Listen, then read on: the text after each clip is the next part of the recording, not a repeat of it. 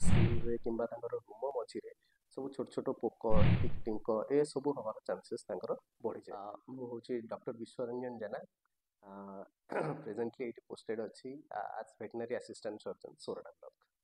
ଏଇସବୁ ରୋଗ ଗୁଡ଼ାକରେ ଜେନେରାଲି ତାଙ୍କର ଜ୍ୱର ହେଇଥାଏ, ତାଙ୍କର ବଡ଼ିର ତାପମାନ ଉତ୍ତାପ ବହୁତ ବଢ଼ି ଯାଇଥାଏ, ତାଙ୍କର ବାନ୍ତି ହୁଏ, ଆନିମାଲ୍ ମାନେ ଖାଇବା ପିଇବା କରନ୍ତିନି, ଖାଇବା ପିଇବା ତାଙ୍କର କମିଯାଏ, ସେମାନେ ଡଲ୍ ଡିପ୍ରେସ୍ ହେଇଯାଆନ୍ତି, ଗୁମ୍ ହେଇକି ବସନ୍ତି, ଆଉ ବାନ୍ତି ହୁଏ, ଆଉ ବେଳେବେଳେ କ'ଣ ହୁଏ କି ତାଙ୍କ ପରିସ୍ରାରେ ରକ୍ତ ଆସେ।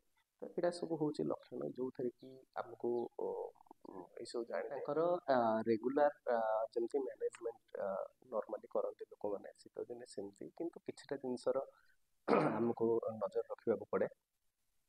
ଯେମିତିକି ଶୀତ ଦିନେ ଆପଣମାନେ ସମସ୍ତେ ଜାଣିଛନ୍ତି ଶୀତ ଦିନେ ଜେନେରାଲି ଏନଭାୟରମେଣ୍ଟ ଟେମ୍ପରେଚର ଟିକେ କମିଯାଇଥାଏ, ଥଣ୍ଡା ଏନଭାୟରମେଣ୍ଟ